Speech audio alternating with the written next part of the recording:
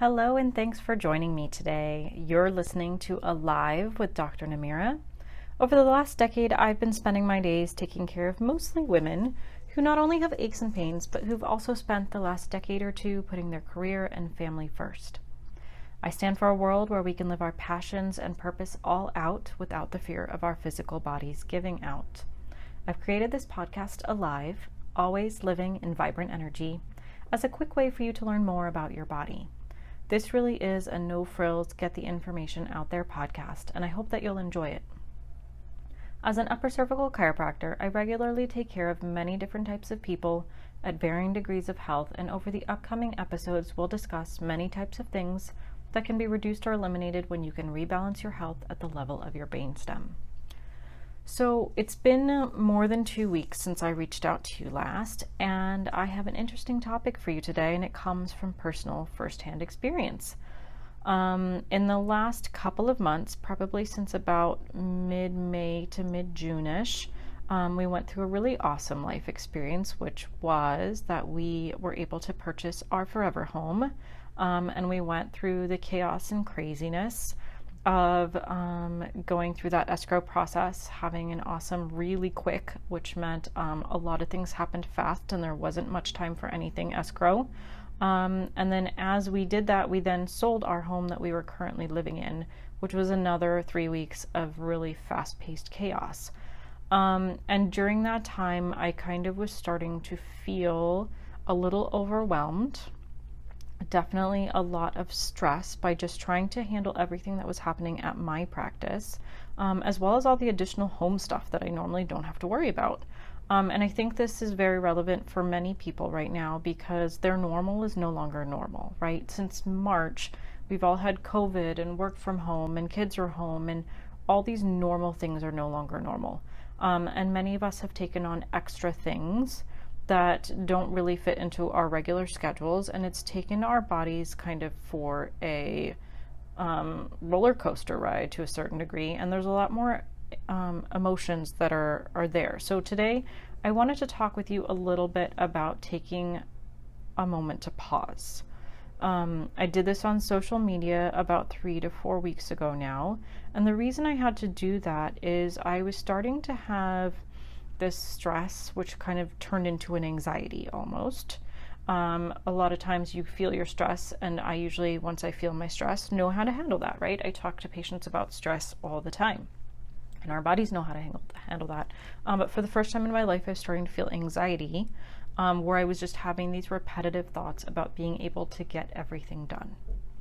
And then on top of that, when you're a provider in private practice and you're doing all your own marketing and all your own stuff, there's a level of fear that settles in when you can't get all the stuff that you want done. Or if you choose not to get it done, you have fear that everything will stop working the way it's supposed to if you have a well-oiled engine.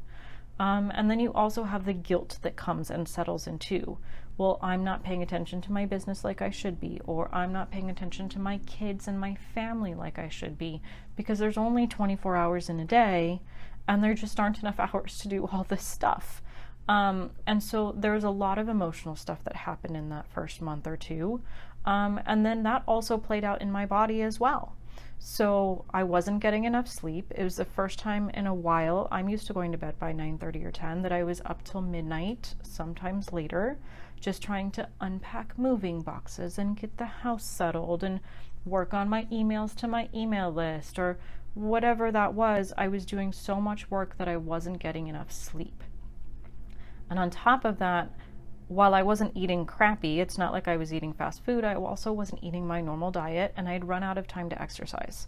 And when you don't sleep well and you don't eat well, your hormones get thrown off because the proper hormones that control your appetite get thrown off too. And so then that led to me even being more emotional because I was putting on weight and not feeling good in my body. This all got me to the point where I thankfully noticed quick enough and said, I need to stop, right? Sometimes we run through this point till we hit burnout. I'm really grateful I didn't get to the point of burnout. I happened to catch it because I'm aware of it and I catch other people doing it all the time, but I didn't hit burnout and I needed to actually say, it's time to stop. And can I tell you, that's one of the hardest things I've done in quite a while. And I know that we all experience this all the time. When you tell yourself you have to stop, all of that stress and anxiety and fear and guilt, it just builds up, and you have to say, it's okay. When you take that pause, it's time to not only reset, but reevaluate your priorities. You get a chance to look and see, what are your actual priorities? Like for me, it was making sure my kids are taken care of, making sure I get dinner on the table. We like to have dinner together. It's something that's important to us. It was making sure that I got to actually take care of my patients. I was showing up to work. But then the rest of it was making sure that I got to take care of me again. I needed to make sure that I was sleeping well, that I was eating properly, that I was getting back on an exercise schedule.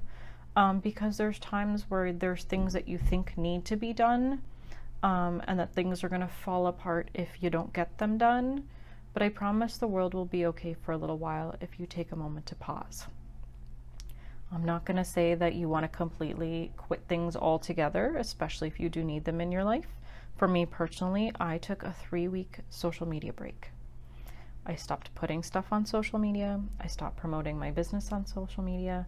I got rid of my to-do list of all the stuff I needed to post on social media.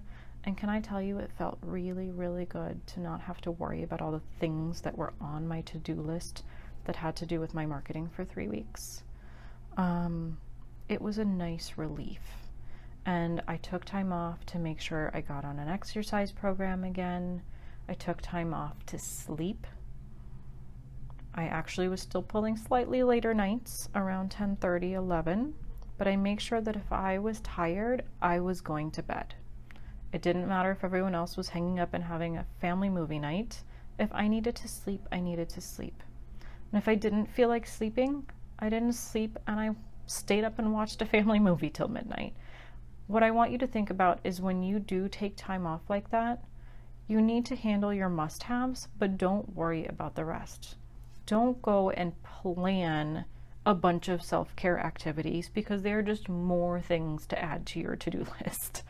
You need to start learning to trust your body. Listen to your body. Do what it tells you to do. It knows how to take care of you. So the first thing again here is I want you to take a moment and just sort of settle in and feel out what your body feels like today or when you're listening to this. Are you reaching a point of burnout? Do you need to take some time off? And I just want to tell you really quick, it's okay to feel that way.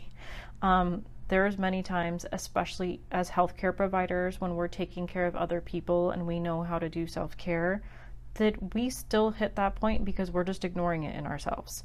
So take a moment, realize that you may need a break, and know that taking a break doesn't mean letting everything else in your life go. It means resetting, reevaluating your priorities, and only doing the bare minimum to get your family's needs met and your needs met, and to let everything else fall into place. Okay? Do what you gotta do. Sometimes that means sleeping in. There's definitely been days in the last 3 weeks where if I have a 9 o'clock patient, I'm waking up at 8 o'clock. I don't ever get up at 8 o'clock. I usually get up at 5:30 or 6. But it's okay. Sometimes your body needs that time to catch up. So there wasn't anything crazy or scientific today. I just wanted to talk to you about taking a pause because that's a really important part of your health too. So that's all I have. I hope you learned something new and gave yourself permission to take care of yourself a little bit better, especially now since school is starting to pick back up if you have young kids. Don't take life too seriously. Stress makes everything worse. Enjoy this week as best as you can. I'll catch you in 2 weeks with a little bit more of a nerdy topic. And in the meantime, purposefully live all out and reach out for help if you need it. I'm here for you.